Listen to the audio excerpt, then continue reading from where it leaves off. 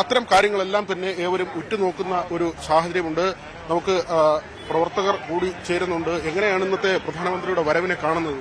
വരവിനെ കാണുന്നത് വളരെയധികം സന്തോഷം എന്ന് പറഞ്ഞാൽ വളരെയധികം സന്തോഷം. ഞങ്ങളുടെ പ്രൈം മിനിസ്റ്റർ ഇവിടെ വരുന്നതിൽ ഭയങ്കര സന്തോഷം എന്ന് വെച്ചാൽ അദ്ദേഹം വാഗ്ദാനങ്ങൾ കൊടുക്കാറില്ല, വാഗ്ദാനങ്ങൾ ചെയ്ത് കാണിക്കുകയേ ഉള്ളൂ കാര്യങ്ങളെല്ലാം. തിരുവനന്തപുരത്തിന് വേണ്ടി പ്രത്യേകം പ്രഖ്യാപനങ്ങൾ ഉണ്ടാകുമെന്നുള്ളത് നമ്മൾ മനസ്സിലാക്കുന്നു. ഉറപ്പാണ് 100% ഞങ്ങൾക്ക് ഉറപ്പാണ്, ജനങ്ങൾക്ക് ഉറപ്പാണ്, ഉറപ്പ് കൊടുത്തിട്ടുണ്ട് അദ്ദേഹം. ശരി, നമുക്ക് അത് തന്നെ അതാണ് ഞാൻ അതിലാണ് വളരെ രാവിലെ തന്നെ വന്നിട്ടുണ്ട് പ്രധാനമന്ത്രി പങ്കെടുക്കുന്ന പരിപാടി. അദ്ദേഹം എത്തുന്നത് തന്നെ 10 മണിക്കാണ്. രാവിലെ എത്തിയിട്ടുണ്ട്. എല്ലാം നമുക്ക് അതാണ് സന്തോഷം. എനിക്ക് അതാണ് ഏറ്റവും വലുത്. നമ്മുടെ പ്രധാനമന്ത്രി ഇവിടെ വരുന്നത് നമ്മളെ ഏരിയയിൽ നമുക്ക് ഇത് എല്ലാം വളരെ സന്തോഷമായിട്ട് നിൽക്കണം. അതാണ് നമ്മുടെ കാര്യം. എൽദോ, നമുക്ക് ഏറ്റവും പ്രധാനപ്പെട്ട മറ്റൊരു കാര്യം പറയാനുള്ളത് ഈ ട്രെയിനുകളുമായി ബന്ധപ്പെട്ടാണ്. തിരുവനന്തപുരം താമ്പരം, തിരുവനന്തപുരം ഹൈദരാബാദ്, നാഗർകോവിൽ മംഗളൂരു എന്നീ അമൃത് ഭാരത് ട്രെയിനുകളാണ് കേരളത്തിന് അനുവദിച്ചിട്ടുള്ളത്, പുതുതായി അനുവദിച്ചിട്ടുള്ളത്. അതോടൊപ്പം തന്നെ ഗുരുവായൂർ തൃശൂർ പാസഞ്ചർ അതിന്റെ ഉദ്ഘാടനവും ഇന്ന് നടക്കും, ഫ്ളാഗ് ഓഫും ഇന്ന് നടക്കും.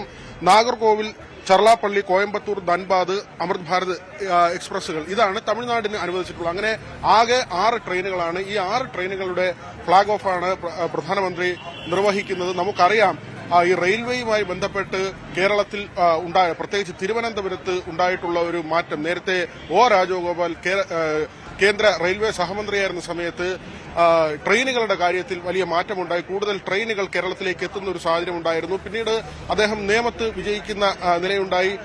അദ്ദേഹം പാർലമെന്റ് തെരഞ്ഞെടുപ്പിൽ മത്സരിക്കുമ്പോൾ ചെറിയ വോട്ടുകൾക്കാണ് അദ്ദേഹത്തിന് വിജയം നഷ്ടമായത്. അങ്ങനെ ഈ തീവണ്ടിയുമായി ബന്ധപ്പെട്ട് ട്രെയിനുകളുടെ പ്രഖ്യാപനങ്ങളുമായി ബന്ധപ്പെട്ട് വലിയ ചലനം ബിജെപിക്ക് സൃഷ്ടിക്കാൻ മുൻപ് കഴിഞ്ഞിട്ടുണ്ട്. അതൊരു ചരിത്രമാണ്. ഏതാണ്ട് ആ നിലയ്ക്ക് തന്നെയാണ് ഇപ്പോൾ വന്ദേ ഭാരത് ട്രെയിനുകൾ, 2 വന്ദേ ഭാരത് ട്രെയിനുകൾ പ്രഖ്യാപിച്ചപ്പോൾ വലിയ കയ്യടിയോടുകൂടിയാണ് കേരളം അതിനെ സ്വീകരിച്ചത്. ബിജെപിക്ക് വലിയ മേൽക്കൈ ഉണ്ടാക്കി കൊടുത്തു. സുരേഷ് ഗോപിയൊക്കെ തൃശൂർ ജയിക്കുന്നതിന് തൊട്ടുമുൻപ് ഈ വന്ദേ ഭാരതിന്റെയൊക്കെ കടന്നുവരവ് വലിയ മെച്ചമുണ്ടാക്കിയിരുന്നു ബിജെപിക്ക്. ഇപ്പോൾ വന്ദേ ഭാരത് സ്ലീപ്പർ വരുമ്പോൾ അതിലും കേരളത്തിന് പ്രത്യേക പരിഗണനയുണ്ട്. പുതിയ ട്രെയിനുകളും കേരളത്തിലേക്ക് എത്തുകയാണ്. അങ്ങനെ ട്രെയിനുകളുടെ ഫ്ളാഗ് ഓഫ് അത് വളരെ പ്രധാനപ്പെട്ട ഒരു കാര്യമായി കാണണം.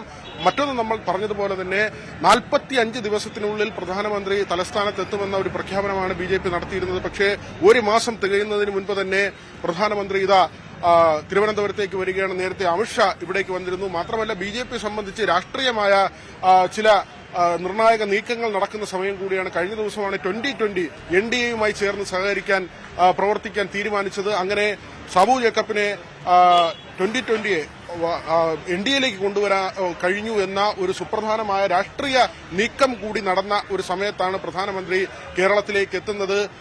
ഏതായിരുന്നാലും ബിജെപിയെ സംബന്ധിച്ച് അടുത്ത അസംബ്ലി തെരഞ്ഞെടുപ്പിലേക്ക് കാര്യങ്ങൾ കൊണ്ടുപോകുന്നതിന് തൊട്ട് മുൻപുള്ള ഒരു നീക്കമായി തന്നെ നമ്മൾ ഇതിനെ കാണണം. നമ്മളിപ്പോൾ കാണുന്നത് ഈ പ്രധാന വേദിയിലേക്കുള്ള 2 വേദികളാണുള്ളത്. ഈ വേദികളിലേക്കുള്ള കവാടമാണ്.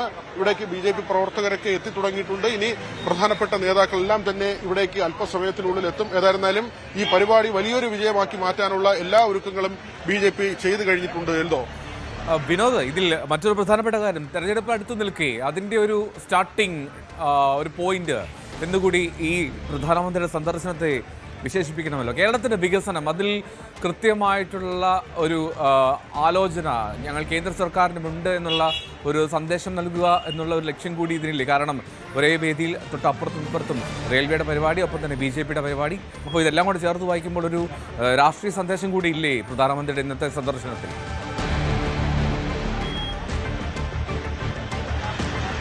തീർച്ചയായും അതുതന്നെയാണ്. ബിജെപി തലസ്ഥാനം പിടിച്ചത് കഴിഞ്ഞ ദിവസങ്ങളിൽ ഉത്തരേന്ത്യയിൽ പലയിടങ്ങളിലായി നടത്തിയ പ്രസംഗങ്ങളിലൊക്കെ തന്നെ പ്രധാനമന്ത്രിയുടെ പ്രത്യേകിച്ച് ബംഗാളുമായി ബന്ധപ്പെട്ട തെരഞ്ഞെടുപ്പ് അതിന്റെ പ്രചരണ സമയത്തൊക്കെ തന്നെ പ്രധാനമന്ത്രി പരാമർശിച്ചത് തിരുവനന്തപുരമാണ്. തിരുവനന്തപുരം നഗരസഭ പിടിക്കാൻ കഴിഞ്ഞു എന്ന കാര്യമാണ് അവിടുത്തെ പ്രസംഗത്തിൽ, ബംഗാളിൽ നടത്തിയ പ്രസംഗത്തിൽ പ്രധാനമന്ത്രി സൂചിപ്പിച്ചത്. അതായത് ഒരു വലിയ നേട്ടമായി തിരുവനന്തപുരം നഗരസഭ കൈയടക്കാൻ കഴിഞ്ഞത് വലിയ നേട്ടമായി രാജ്യമെമ്പാടും ബിജെപി പ്രചരിപ്പിക്കുന്നു. അതിന്റെ ഏറ്റവും വലിയ നിർണായക ശക്തിയായ നിർണായക കേന്ദ്രമായ ബിജെപിയുടെ ഏറ്റവും പ്രധാനപ്പെട്ട നേതാവായ നരേന്ദ്രമോദി തന്നെ അങ്ങനെ ഒരു സന്ദേശം രാജ്യത്താകെ നൽകുകയാണ്. അതായത് തിരുവനന്തപുരം നഗരസഭ കേരളത്തിന്റെ തലസ്ഥാനത്തെ നഗരസഭ പിടിക്കാൻ BJPക്ക് സാധിച്ചിരിക്കുന്നു എന്ന കാര്യം അദ്ദേഹത്തിന്റെ തിരഞ്ഞെടുപ്പ് പ്രസംഗങ്ങളിൽ പറയുമ്പോൾ ഇന്ന് 2 മണിക്കൂർ മാത്രമാണ് അദ്ദേഹം തലസ്ഥാനത്ത് ചെലവഴിക്കുന്നതെങ്കിൽ പോലും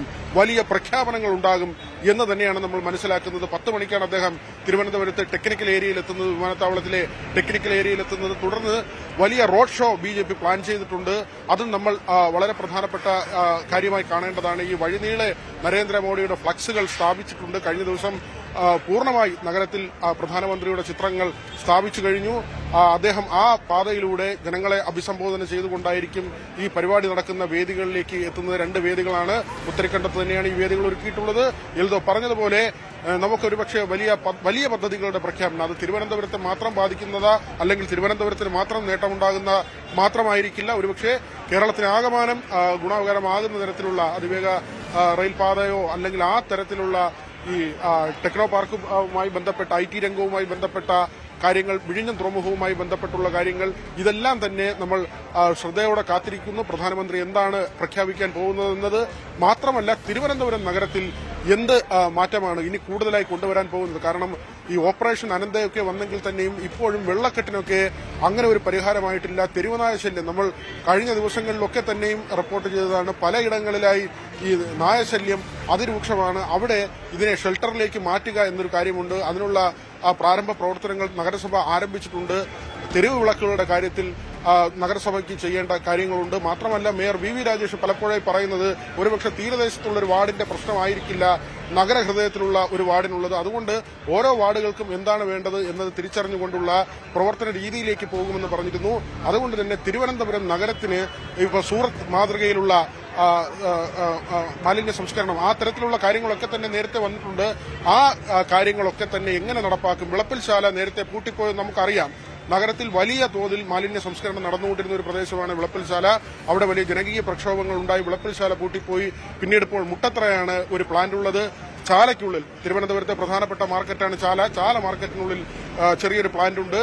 അങ്ങനെ അതൊക്കെ തന്നെ പൂർണ്ണമായ അർത്ഥത്തിൽ ഇവിടുത്തെ മാലിന്യ പ്രശ്നം പരിഹരിക്കുന്നതിന് പര്യാപ്തമല്ല. അത്തരത്തിലുള്ള കാര്യങ്ങൾക്ക് ശാശ്വതമായ ഒരു പരിഹാരം കാണുക എന്നത് വളരെ പ്രധാനപ്പെട്ട കാര്യമാണ്. തിരുവനന്തപുരത്തെ ഗതാഗതം നമുക്കറിയാം. ഇവിടുത്തെ ഈ നഗരസഭയ്ക്ക് അനുവദിച്ച ബസ്സുകളുമായി ബന്ധപ്പെട്ട് KSRTC മന്ത്രിയും ഗതാഗത വകുപ്പ് മന്ത്രിയും അതോടൊപ്പം മേയറും തമ്മിൽ ചില ചർച്ചകൾ നടന്നിരുന്നു. അത് സംബന്ധിച്ചുള്ള ചില ആശയക്കുഴപ്പങ്ങൾ ഉണ്ടായിരുന്നു. പക്ഷേ അതൊക്കെ തന്നെ പരിഹരിച്ചെങ്കിലും ഇനി എങ്ങനെ നഗരത്തിലെ യാത്രാ സംവിധാനങ്ങൾ കൂടുതൽ സുഗമമാക്കാം എന്നത് സംബന്ധിച്ചുള്ള കാര്യങ്ങളുണ്ട്. അങ്ങനെ അടിസ്ഥാന പ്രശ്നങ്ങൾ നിരവധി നേരിടുന്ന ഒരു തലസ്ഥാന ജില്ലയാണ്, നഗരമാണ്.